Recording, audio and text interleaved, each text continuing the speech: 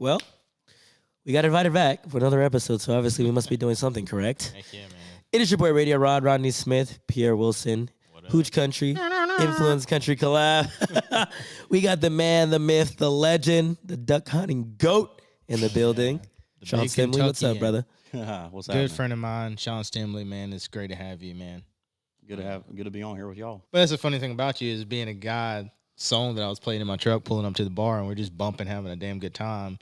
And then, it seems like music would have been your past, when you hear it on the radio, right? We don't know anybody. And it's crazy that people think that they know people from the music that they put out sometimes. But, when I met you, I'm like, dude, this dude's like a normal dude, just like me, who likes to hunt, fish, and, Exactly. and build trucks. You love fucking trucks and building That's trucks. And we've become damn good friends because of it. But it's very interesting to see the person that you are from the person that people think you are. So, what would your favorite song be that you ever made? Because I would think that "Come Back to Bed" might be one of the biggest, right? It is the biggest. But is that your favorite? No, I don't know. It's hard to determine what my favorite one is because it's so wide. Like, it's such a wide variety of like styles. Yeah. That it's hard to get a favorite. I have favorites for certain like things. I have favorite like lifestyle songs and favorite like relationship songs. I categorize them like that. I don't really have like an overall favorite, I don't think. Yeah. And if I do, it's not out yet. Yeah. Because some of my demos are probably my favorites. Like, I like some of my demos better than what we did The draft in the studio. That's the craziest part. Like, there's something about like the day that you write the song, like what you feel whenever you write it. Yeah. There's something about that day that's different than going back and like purposely recording it. You know what I'm saying? Yeah, that's something you were telling me a couple of days ago. You being a good friend, you call me when anybody's in a time of need. You're one of those guys. But that's one of the things you were telling me is that, whenever you got into writing music, is because you were doing it for the feeling. You were writing things that you felt. And so that's why I asked that question. And going back into, who you are as a person. Yeah. So what a lot of people don't know is that like my story isn't like, oh my gosh, I had nothing and I had to move to Nashville and I lived in my car. Mm-hmm. Like, it's not like that at all. Like, I gave up taking over a multi-million-dollar company to do this because I love it. So I went from making really good money to making almost nothing for a long time in order to move here. But I didn't start doing music. I didn't start writing songs until I was 22. Dang. I started writing songs at 22. Could you play an instrument before then? No. It's wild. Didn't even know how to play guitar when I started writing. I didn't really know how to play that well when I moved here either. I was 23 when I moved here. For context, how old are you now? 29. 29. So for everybody out there wondering, that's how There's still time. I was 24, 24 when I moved here. Yeah, 24. Yeah. I get it all mixed up. The years flew by so quick since then. Like, in this town, it just flies. Yeah. But I didn't, like, grow up playing music. Like, nobody in my family does music. Nobody. Yeah. So I think the cool thing about I kind of just started singing along to the radio. Yeah. So I think the cool thing about what you're talking about, which is what we kind of wanted, which is really why we brought you on today, is because, a lot of people can sit here and talk about the music. We get it. You guys are doing the music thing.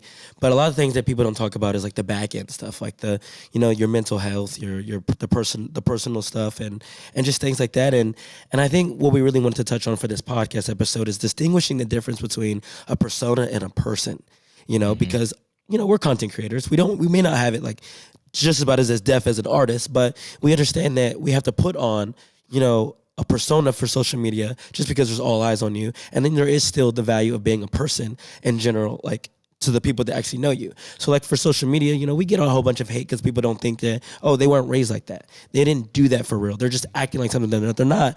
And then for like people that like we know you and you know us, it's like, that's not fake. They're doing what they actually really love to do. Right. So I think what I really want to talk to you about, because a lot of people don't understand the back end stuff of being an artist, is a little bit of like, how do you differentiate the difference between being yourself and then having to abide by being an artist and not, right, being so much in the limelight, and how do you manage all that? And some of the things that the industry wants you to do too. Yeah.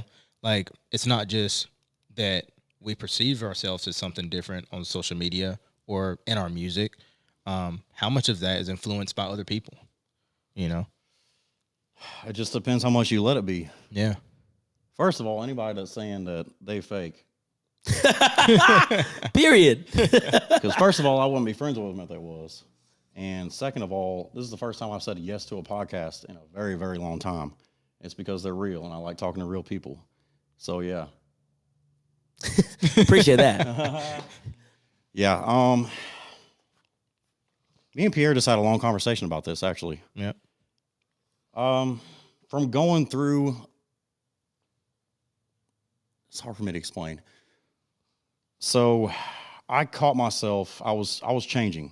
I was becoming something that I wasn't. And during COVID, I realized that. Thank God. That was one good thing that came out of COVID.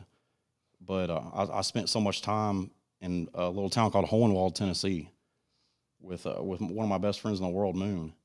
And then I went back home a bunch during that, and I realized I was like, wait a minute, like, I'm changing. Mm-hmm. Something's happening. And that right there is like something that a lot of people get caught up in doing this stuff and doing social media. They get caught up in a false reality. You always have to like have the difference in your head what reality is and what social media is. Yeah. It's two different things. And so many people get caught up in trying to compare themselves on social media and trying to like be better than this person and that person. Well, all those people are struggling too. Yeah. They're just not showing it. You're just watching a highlight reel of their entire life on Instagram. Exactly. And that's it. Everybody struggles. I don't care who you are. I don't care how happy you look. Everybody struggles. Yeah. Like on social media, you might look at mine and be like, his life is pretty lavish. But like, you don't see what goes on like behind the scenes. Like my life the past 4 months has been absolute living hell. Yeah. But you would never guess it on social media. Exactly. You know what I'm saying? Yeah. So that right there is like scary almost. Mm-hmm. That if I can hide it, because I'm not like on social media all day long being like, oh, like what's the next trend? What can I do? Blah, blah, blah. Yeah. If I can hide it, imagine like what a person that's really good at social media can do. Mm-hmm. Like what's their mental state of mind? Yeah.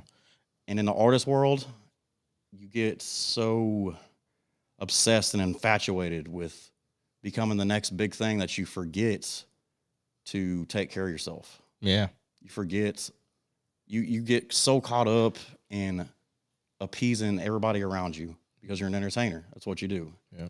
So like you get so caught up in satisfying all these people and satisfying the people that are around you and that work for you and all that stuff that you forget about taking care of your head. Mm-hmm.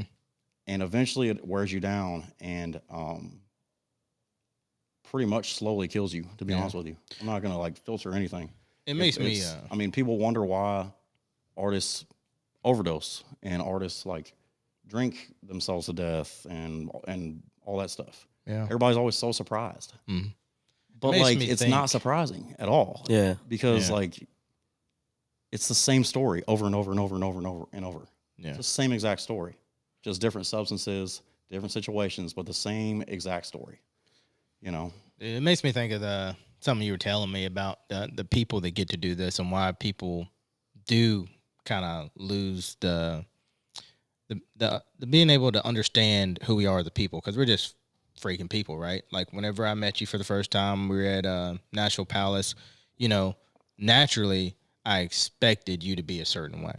Why is that? I don't know you. We don't do that for anybody else other than the people that we see have a social media platform, and then we begin to think that we know these people that we don't know.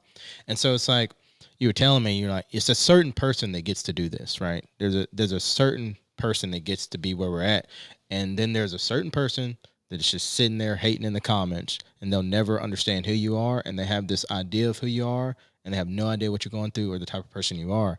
I want you to kind of like, go into that again, because you're so right. It made me think about it. I thought about it for a couple of days because I would sit there and kind of put myself in the same category as them and wonder why. Why do these people feel a certain way about me when they don't know me, right? But I'm the same thing. We're just fucking people. You shouldn't expect something from somebody or something out of somebody you don't know. You just seen a highlight reel. That's what you called it. Right. That's just a fucking highlight reel. Yep. Man, yeah, that's me. Whenever me and Pierre had that conversation the other day, like he was getting down on himself because there was a few people like talking crap on the comments or whatever. But like, and then I like, while I was on the phone with him, I went to his TikTok page and I looked at the comments and I scrolled through and saw all these thousands of comments that were positive. And I was like, man, like, you are letting a few negative things outweigh the incredible stuff that you're doing as a human being, like actually influencing people, like in a good way, you know, not in a bad way, like Cardi B or something, you know, you're influencing people in a good way. Mm-hmm. And that is a power that not many people have. Yeah. It's really not. In my opinion, it's God-given. For people that don't like believe in that stuff, you know, I don't know what to call it, but like in my head, it's something that is gifted to you, and it's up to you to use your free will to use it. Yeah. And it's also something that you learn and adapt. Exactly. You know, you could be very blessed early on with a rich family, right? But you don't always have to act like that. No. You know, like you can learn to be You humble. have a choice. After a while. No matter Exactly. what situation you come from, you always have a choice to try to make it better. Exactly. No matter what. And we talked about this on the last podcast, actually, with influencing to actually influence. Yeah. Right. And like you said, it's a gift. Not everybody has that. You have a lot of big time influencers. And this is kind of what helped me navigate the social media world, which is like you have a lot of big time influencers that blew up with no purpose. And I respectfully say that, like they blew up with no purpose. They're probably just super gorgeous. Cool. They built a following. Cool. You didn't work for that. You know, what we have and what so many others have is influencing to actually influence and influence for a purpose. Yeah. And that's something that's going to go so much further than anybody that just blows up for no reason. But the crazy part is, though, that's your mindset, and it's a rare one. Yeah. You just don't understand that because it's the only way that you think. But Exactly. It's a very rare thing to think that way, believe it or not. Because you think of how many people are in the world compared to how many people do stuff like this for a living. Exactly. 0.000001%. And then how many people are successful at it? You have to have a Kobe mentality. Yeah. You have to. Like, that's why I love Kobe Bryant so much. I loved him. I mean, rest in peace. But, like, I always idolized him. I was never, like, into basketball like I was baseball and football and stuff. But, like, I always idolized Kobe Bryant because of, like, the way he thought. Yeah. And that's the way you guys think as well. That's the way I think. But it's not normal. It is not a normal mindset. No, not normal at all. So it's hard for us to understand and comprehend what it's like to not have that. And most people do not have it. So I don't know. That it's just like a thing where we're in our own little world and we never realize it. Yeah. Until you like travel outside of our little world and you're just like looking around, you're just like, dang, like not everybody's like us. Yeah, exactly. You know, which is fine. It's perfectly fine because what that mentality also gets you is a life full of thinking that you haven't done enough all the time, constantly. I feel like guys like us never rest. We have anxiety. And anxiety leads to depression. And that's a balance that we all have to fight every single day. I fight it every single day. Yeah. And you're the perfect person to talk to about that, at least for, you know, whenever we had our conversation. But, you know, you're exactly right. You know, it's what we do is almost, it's God given to have kind of like a message that you want to get out, right? Like I'm a country boy. We're one and the same. Hunting, fishing, like trucks and four wheelers. One and the fucking same. But there's just something about us that made it, you know, unique, that where we were able to voice our lifestyles in a different way. And mine was fashion, dude. I always fucking loved fashion. And I would have never thought that I was going to be able to do this for a living. But that thing that does drive us and set us apart is not the fact that we're famous, right? Or quote unquote famous. It's the fact that we're good people who are driven. And when we felt we had a calling, we just fucking ran with it. You know, to those that are out there just selling sex, basically, tits and ass on Instagram, I hope that one day, you know, they have that same feeling that we get whenever we fucking make content. Oldest profession in the world, though. You know, it really is. It kind of is like the OG of jobs. Yeah. Like, that was like the first job, you know what I'm saying, with stuff like that. Like, back in the day, you're man. right, man. But kind of touching on what you're saying, though, like I think it's also important to have that supporting cast that realizes that. You know, like you saw his worth not because he was a big time artist, because he was a person. Yeah. Like that goes with a lot of friends. Tristan Mraz is the same way. Like Yeah. when we first met them, it wasn't because they were famous, and I think people tend to forget that when they think of Nashville, they're like, oh, you're around so many famous people. Yeah. No, I'm around a lot of friends because that's what they are. But it's They're just as much like-minded as people people. like you, though. Exactly. And that's the hard thing to like realize. Yeah. Because like those people think that that's wild, but to you it's not. Like and after you're in this industry for a while and you're in this world, like it's so normal Yeah. that it's just like, I mean, I got people's phone numbers on my phone that I would have never imagined. Yeah. I'm the same Like, way. Yeah. I remember going to concerts, like country concerts back home, and I would have never imagined that like literally every single one of those guys is my friend now. Yeah. Every single one of them that I watched. Nuts, dude. You, Tristan Mraz, fucking, I was big fans of both you guys' music before I came to this town.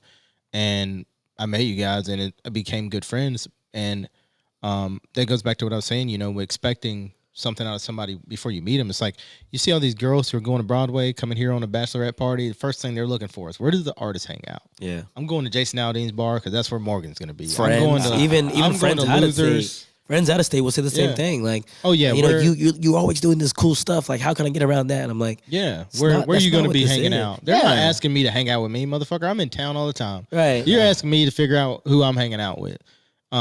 But you know why do they do that? Why do you want to hang out with somebody you think you know from content, from videos, from music? Persona Yeah. to person, and it's such an untouched topic that people don't talk about, and that's what's so cool about a podcast like this. Like Hooch Country is really changing like the ways of what streaming, what talking, podcasting, like all those type of platforms is doing. It's because a lot of these outlets are so corporate, you know, like they can't talk about stuff like this because you have to listen to the man up above, right? And more outlets need stuff like this where you can freely speak about stuff that's untouched, stuff that's unhinged, and stuff that real people go through. Like Yeah. that's why I love stuff like this, is because you can really tap into somebody's life and what they're actually going through and really have a conversation. Like you said, you don't go on a lot of podcasts. Why? Because it's like there's a stigma to it that it's like, we're going to force this down your throat. We're going to talk about your music. We're going to talk about why you're so successful. How do you get from A to Z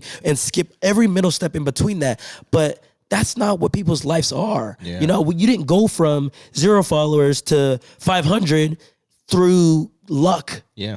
There was a whole in between that people miss out on, and that's what an outlet like this gets to do for you. And that's why I Yeah. love like getting to have a conversation with genuine people that do think the same way as you do, but also have a good head on their shoulders. Right. Yeah.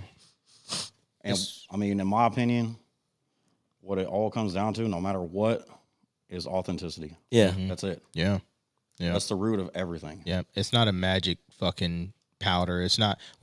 We don't have this magic. We didn't just wake up one day and Sean Stimley could sing. We didn't just wake up one day and fucking Ronnie knew every country song in the fucking world. And I didn't just wake up one day and could dress and thought that I was going to go and talk about it. It's literally just being our authentic selves, turning it into a platform, whether it's through fucking social media, TikTok, or through streaming platforms like Spotify and iTunes. We're just vocalizing what it is that makes us unique and authentic. Everybody's different, right? It's not no fucking magic. It's really not. A lot of people think that, like you were saying, that there's an A to Z. Sean Stimley woke up one day, got a magic fucking potion. Now he's Sean Stimley. Yeah. That's not how it fucking works. Yeah. I mean, literally just be authentic. Yeah. That's it. Like, and not even like exactly the way that you described it, but more like, I'm trying to resonate it like, if you put on an outfit and you feel good about it, that's all that matters. Exactly. If you feel good about it, everybody around you is going to feel good about it. Yeah. Even if it looks different at first, guess Yeah. what? They warm up to it. Yeah. I wear waiter pants almost every day. I've been doing this almost my whole life, and now it's like fashion. No, the drip is crazy. My boy's got on cowboy boots. People like Duck Campbell is fashion now. Yeah. That's crazy. Yeah. But that's just what I do. Like I don't do this because it's fashion. I've just been doing this my whole life, and Yeah. it's like the same thing with music. It's the same exact thing, no matter what the song is about. But that's why there's so many good songs about relationships and breakups, is because everybody goes through that. Yeah. Resonates to So it, it's yeah. easy to be authentic about that Yeah. because everybody Everybody through it. goes through it. With lifestyle kind of stuff, it's a little different. That's why with lifestyle songs, you get a lot of people being like, "This is corny. This is corny." Well, it's because it's probably not that authentic. Yeah. Now, piggybacking off of the authenticity thing, and this is a question for everybody. Do you feel like you have to you have two different characters for real world and social media? Is there like an extent that you do have to pay attention to when it comes to being two different people? Because I feel like I'm pretty different. I eliminated that. You eliminated that? I eliminated it. Yeah. I was tired of being two different people because I can barely take care of me and what goes on in my head just with one person. How am I supposed to take care of two? You know what I'm saying? Yeah. And that really is a thing. Like, you are taking care of another person. Yeah. Whenever you have a different persona. Like, you're catering to that every day and feeding it on social media. But I realized probably 6 months ago, probably a year ago, honestly, so I really realized it, that, like, it doesn't matter. If I'm me and I feel good about it, that's all that matters. Now, what exactly does that mean, though? Because from what I see on your social media, Well, you act the same way you perceive yourself. So, like, what area is it that you had to eliminate from being somebody else? for a long time, I didn't post anything about duck hunting, didn't post anything about deer hunting, didn't post anything about shooting, archery, none of the stuff that I love to do outside of music. Okay. I never posted about it. Okay. You know, I didn't even post about my relationship for a long time until like 3 years deep into it. Something like that. 2 years. I don't know. But like, I was so infatuated with appeasing everybody around me and the people that I was working with that I let it just consume me and turn me into a character online. Okay. Compared to who I was in real life, who I knew I was. Yeah. And whenever you have an identity crisis, that's when everything goes downhill. Yeah. Everything will do this. Dude, it can happen so fast. Like, so when I think about that, I think about myself in like the beginning and still kind of do it. Sometimes I'll fall into a trap where I'm reading comments and I'm like, I feel like the manager for Pierre J. Wilson, right? I feel like I'm managing this person who makes content. Like it's two different entities. Yeah. And that was hard, man. I sat and I had a fucking 5 a.m. conversation with Co-Wetzel on the bus one time. He said, man, you got to stop reading them comments. And I was like, but I got to engage, man. You know, I got to like continue to work. I have to engage. I have to, same problem. You have to go through and you're like, oh, you're trying to be positive, respond to positive people. But then there's that, you motherfucker, you fake son of a bitch sitting right there.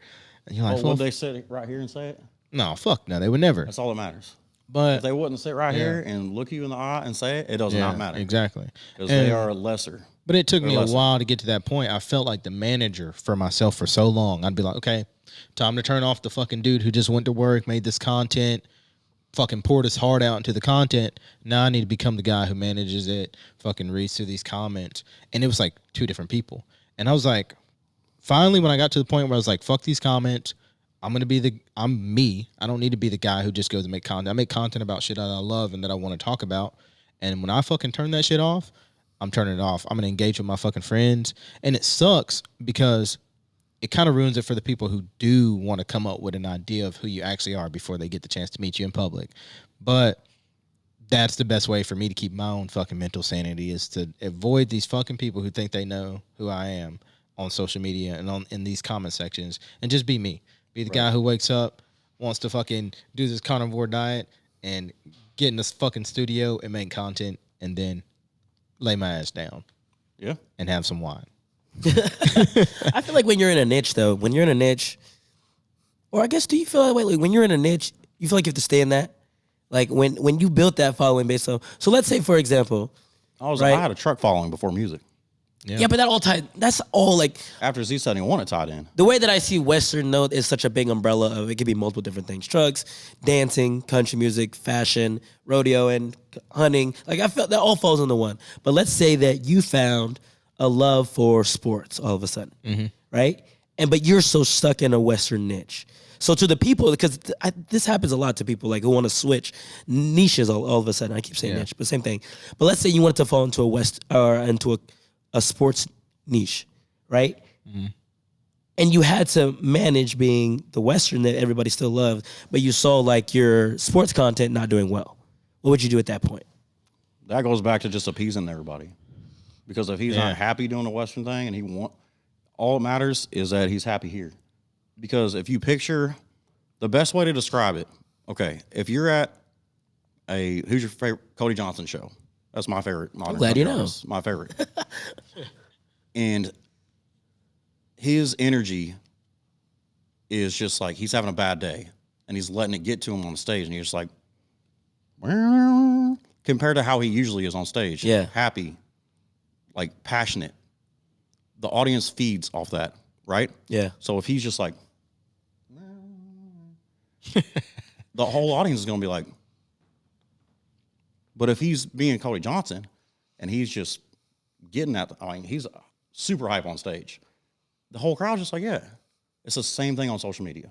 Yeah. You have to make sure that you're good here first. You have to take care of you first because your audience feeds off of your mentality. Yeah. They really do. It's just like a stage. It's the same exact thing. I feel like I You got pay A attention. whole audience of people watching you.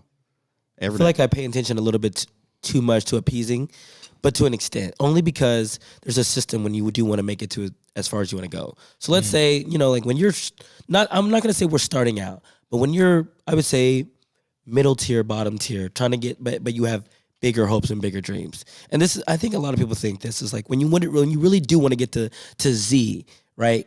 And you're at like mid M, right? I feel like the only reason why I do appease the people is just because there is a system and you have to kiss ass sometimes to get to where you need to be. You got to adjust at certain times and you got to be coachable.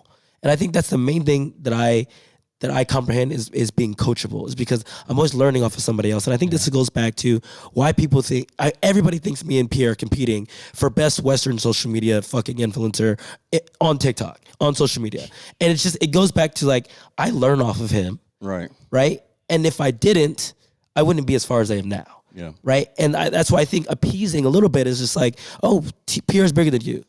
We do way two different things. Right. Right. Like you come from it, I'm adjusting to it.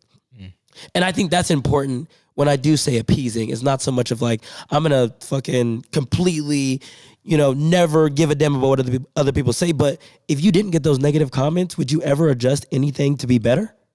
I would say in that situation, no.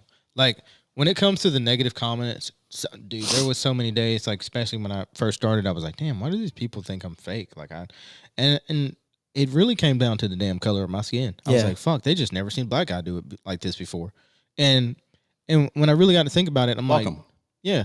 I'm Who like, cares? dude, like I've been like this my whole life. Back in Dunn, North Carolina, middle school, high school. I've been this whole way. Man, I used to. That's all that matters, man. I'd get off fucking school and I'd ride my horse back to fucking school and back to the fucking house just to goddamn get some That's some miles country in. ass shit. I'm swear to God, dude. Holy crap. I would, man. Your horse? I'm talking, and I was fucking. Tie that thing up like in the front door of the school? Dude, we'd ride horses to the bar where I'm from. Like people just don't understand. It's the most You slept get a on place in DUI the on a world. horse?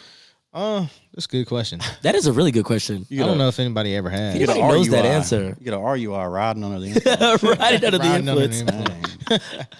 Dang. See, I mean, that's all that matters, though, man. It don't matter what nobody Yeah. says. If they judge you off the color of your skin, that's their problem. Yeah. They have a problem. Well, That's and I'm normal not going to nowadays. say That's they have a normal mental I'm nowadays. not going to say that that's all it is. There's some people that hate me that are probably black. I know there is. I've run into a couple of them on social media. Not also that I don't care make any anymore, sense. but there's pride just thing. thing where just people don't have a understand. They don't understand where you come from. They really don't. They think they see this dude who dresses really sharp on social media and that's all he does. Fuck no, that's not. No, all he I actually do. dresses sharp all the time. I can vouch for it. 'Cause every time I see him anywhere, I'm just like, I like look at my outfit. I'm like, well, no, Pierre always outdressing people, always. I mean, that's That's just like I didn't even know that you were into that stuff. I just thought that you just dress really nice. I didn't know you were into like the fashion thing. yeah. I really didn't even know that Pierre was TikTok famous until like a couple months ago. Hey, and we've been friends for years. But that's not because like you're not reaching a lot of people or anything. That's just because like I'm so disconnected. I feel like with I disconnect myself from social media on purpose You have because to. it drives you insane. You have to sometimes. You like have to make sure that you're good mentally, like, or else everything's gonna fall apart. Yeah. It all comes like I was telling you in that phone conversation. You have that voice in your head. Some people call it conscience, all that stuff. It's Jesus to me because I've watched Jesus changed my life. Yeah. Like I wasn't raised in church. Yeah. I wasn't raised in any of that. I had to find it the hard way whenever I had nowhere else to go or to turn. Like, Yeah. so in my head, like whenever I follow that voice in my head, everything works out the way it's supposed to be. Yeah. Whenever I ignore it and I start listening to human opinions and like what people have to say, and I listen to that, my whole life goes downhill every single time. Yeah, you told me, man. When I follow that, like I wasn't supposed to do music, man. Like nobody does this where I'm from. Like people called me crazy and stupid for doing this because it was just like out of nowhere. And everybody always expected me to like take over the family business. Yeah. And drive tractors my whole life because that's what Sean Deere is supposed to do, you know? But like I made a choice based on what something in my head was telling me. Exactly. And people will call you crazy. People will do, guess what? They did that to Jesus too. Mm-hmm. That's what they did. Yeah. Not comparing myself to Jesus whatsoever. But like, but he always stood for what was right. Yeah. Like he stood for the right thing, no matter what. He got nailed to a cross by his hands and feet and died that way. But he never gave in to people. Like it's the same thing in everything you do. Like you just, you do it because it's what feels right. You're right. And you know whenever you're making the wrong choices, you know. Yeah. But you still will do them to like, whether it's to look cool or like to fit in or whatever it might be. But you're going to be unhappy when you get home. Sounds like my spending habits. Huh? Sounds like my spending habits. It's like going to get a new truck when you really don't need one. Oh, God. That's why I just buy old trucks. We've been having that conversation. And that goes back to what you were saying earlier is, you know, I think being teachable, learning from people with experience in the industry that you're going into or what you want to do is fucking a blessing. Bro, that's just like every other job in the world. Yeah, though. to have people to learn from is fucking amazing. But if you are always open to that, to learning, instead of thinking you know everything. Oh, life is easier. So much easier. Every single job in the world. Like, I've employed people since I was 18 years old, pretty much. And I will take somebody that wants to learn and has a work ethic over somebody that has history and like, but they think they know everything. They think they know everything. Yeah, I'll take that first guy all day long. You'll gain so much more All day long. respect. So much more respect when you're coachable. but that goes with saying back to what you were saying though. You can't listen to a fucking hater in a comment section that won't sit beside you and tell you exactly how they're feeling right here. You can't do that. They won't. And then never will. So I mean, social media is you have to detach from, like you're saying, bro. You got to detach from it. Just get away from that comment section. I had a question actually. Sorry to interrupt you guys, but for a new artist, say that's just starting out, right, doing social media, would you say with your experience that you have that as you grow in notoriety as an influencer, that it's healthy to start detaching yourself from the social media In the beginning, once you start gaining notoriety? No, like getting a following and then slowing down on social media. Not slowing down, but detaching yourself, mentally, kind of like a post and run mentality. Oh, like not focusing on it so much. dude, I think this goes back to what Sean was saying earlier. If you start to gain notoriety, and I said that all kinds of fucking weird, but if you start to gain notoriety, I keep doing it. No to the right. What did you say? No to the righty. If you start to gain traction, right, you're doing something right. You've kind of figured out your path, your message that you need to get out. If people are recognizing that across the fucking world, you've done something right. And the people who are trying to tear you down are a different type of person. And this is something that he's told me that he hasn't really mentioned today. But those people that are trying to tear you down, I don't want to use the word miserable, but there's something going on with them where they can't find progression in themselves. So when you start to gain that traction, you might need to detach from it. You might need to kind of separate yourself from what, you see other people doing, because you have to be aware of what your goals are and what your influence is already, right? People are loving this. People are loving what I do. People are loving my message. You have to pay attention to that one person that is going to walk up to you. And Sean's told me this shit too. But you got to pay attention to that one person that's going to walk up to you and be like, hey, man, you've changed my life. You have no idea. And for me, it's you have no idea how long I've been looking for this boot and how much more confident I feel in it, man. Your content has changed my life. That one person is going to give you the recognition and the confirmation you need to keep going. And nobody in the comment sections you need to respond to. You don't have to Yeah, I think respond to any negative energy. I think to answer that question, I think there is a certain point that you reach when you feel more confident and comfortable about when you've with where you're at. So I would say like even with being at 400,000 for him, I still don't think he feels like I made it, right? So you still, so of course that's why you still look at the comments when you don't feel like you're at a point where I can now be like, okay, fuck what everybody else is saying. Now for the people that, because I've started to look at this a little bit, for the people that are over like 1 million and like they're big up there, they don't even, like you'll never see them respond to positive or negative comments just because they've reached that certain point where it's just like, now I'm good. Yeah, but they I don't don't give a have fuck what time. nobody's saying. Yeah, exactly. There's so many comments. There's so much going on. It's to the point where it's like, it doesn't even matter anymore. But when you're up and coming, it's so minimal that it's just like, you look at it. And I think this kind of goes back to what I said about appeasing. It's just like, I think when you're smaller and you're looking at getting bigger, it's like you're focusing on what people are saying. Because maybe sometimes one of those comments is actually right. You know, like sometimes I'm like, what if they're like, yo, this is kind of fucking cringe. And you start thinking, I'm like, yeah, maybe twerking in the fucking mirror is actually fucking cringe as fuck. Maybe I should stop doing that. You know, there's some comments that are just like, wait, maybe some of the stuff I'm doing is kind of cringe. Are you twerking in the mirror? No, I'm not saying me. I'm not saying I'm not saying me. I'm not saying me, but I'm saying like, even like the voice, the singing. I've wall twerked before. Even like some of the like singing over the music videos, you know, like sometimes those get kind of cringe. It's like you're seeing yourself like in the truck being that typical fuck boy, right? Singing the lyrics in the truck, and just like sometimes people are just like, yo, bro, like this looks gay. And it's just like you start thinking about it, it's like, wait, man, maybe I should stop doing that. I feel like if you have to think about it though, it might be gay. Yeah, exactly. Like, honestly. So I'm saying like some of the comments, like when you're smaller, you look at some of the comments like that. It's like, well, damn, like maybe I should readjust it. It's kind of like replying to comments. Like if you really didn't give a fuck, you would have replied to somebody's comments, but you use that as a boost because it's like you're gonna make a joke out of it, show them why they look stupid, but you took the time out of your day to make a reply video to that comment. You know, just when you just did that. You know what I'm saying? And it was funny. You know, sometimes that shit boosts you up to be better.